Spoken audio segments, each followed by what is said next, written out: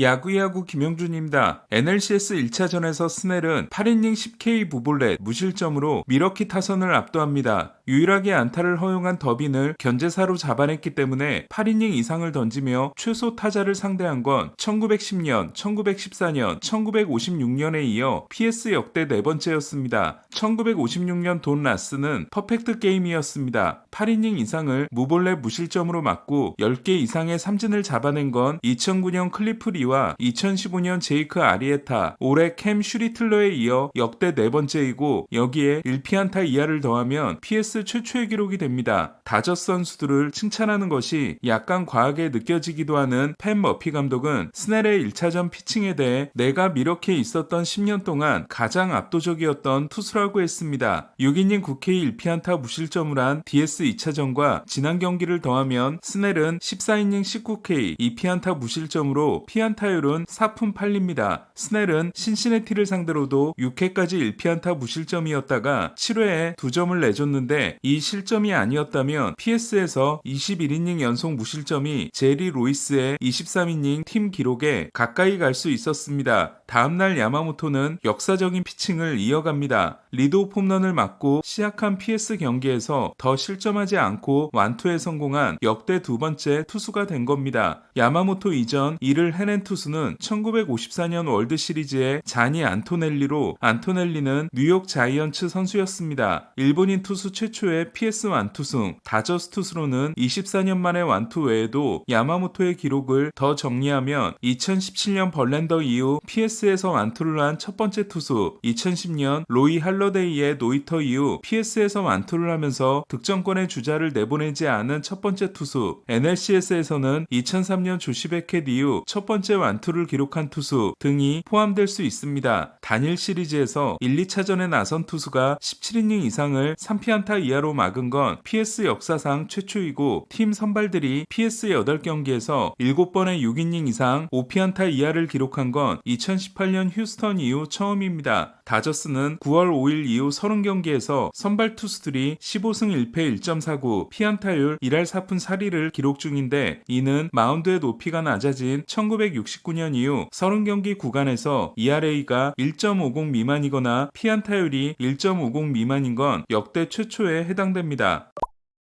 흥미로운 점은 야마모토가 자신의 호투 비결로 스넬의 존재를 이야기하고 있다는 겁니다. 일본에 있을 때부터 스넬을 좋아하고 스넬의 피칭을 연구해왔던 야마모토는 스넬이 다저스에 입단했을 때 너무나 신났었다고 합니다. 스넬이 입단하고 첫 스프링 트레이닝에서 야마모토는 스넬과 매일 아침을 같이 먹으며 스넬을 집요하게 괴롭혔다고 합니다. 사하무라상 3회 수상자와 사이영상 2회 수상자는 그때부터 단짝이 됩니다. 올해 야마모토에게 생긴 새로운 루틴은 본인이 등판을 마칠 때마다 자신의 피칭을 스넬과 함께 보며 스넬로부터 조언을 듣는 것이었다고 합니다. 스넬의 아버지는 마이너에서 6년을 뛰고 은퇴한 투수였고 커뮤니티 칼리지와 피칭 아카데미에 코치를 하면서 홈스쿨링을 한 아들을 처음부터 끝까지 지도합니다. 스넬이 고등학교에 다시 입학한 건 경기에 나서기 위해서였습니다. 400켤레가 넘는 신발과 동료들의 클리치를 수집한 스넬은 신발을 사기 위해 7학년 때부터 아버지의 불펜 포수 아르바이트를 했습니다. 시애틀 근교에서 자란 스넬은 랜디 존슨을 가장 좋아했지만 가장 많이 연구한 선수는 제이미 모이어였습니다. 그때부터 아버지를 벗어나 스넬만의 공부가 시작됐던 겁니다. 올해 야마모토가 사이영 2위를 해도 손색이 없는 시즌을 보낸 건 본인만의 노력도 있지만 스넬의 터널링 강의가 큰 도움이 됐다는 게 야마모토 본인의 이야기입니다. 스넬도 다저스 입단이 엄청난 동기부여가 되는 모습입니다. 스넬은 1차전 등판을 마치고 다저스의 상대팀이었을 때도 다저스에 가서 저 선수들과 함께 뛰면 어떨까 싶은 마음이 항상 있었다. 꿈이 현실이 됐기 때문에 더 바랄 게 없다. 우승에 도움이 되고 싶을 뿐이다고 합니다. 스넬은 1차전에서 로버츠 감독이 9회에 올리지 않은 것에 대해서도 더 던질 수 있다고 느꼈다. 하지만 나는 데이브를 완벽하게 신뢰한다. 그는 팀에게 최선이 무엇인지를 가장 잘 아는 사람이라며 더 던지고 싶다는 말을 하지 않았다고 합니다. 내일 3차전을 앞두고 휴식일이었던 오늘 오타니는 다저스 입단 후 처음으로 BP를 했다고 합니다. 다저스가 글래스나우, 오타니 순으로 3, 4차전에 등판하는 반면 미러키는 선발을 발표하지 않았습니다. 머피 감독은 퀸타나와 미저라우스키가 많은 이닝을 책임지게 될 것 외에는 더 이상 이야기하지 않았습니다.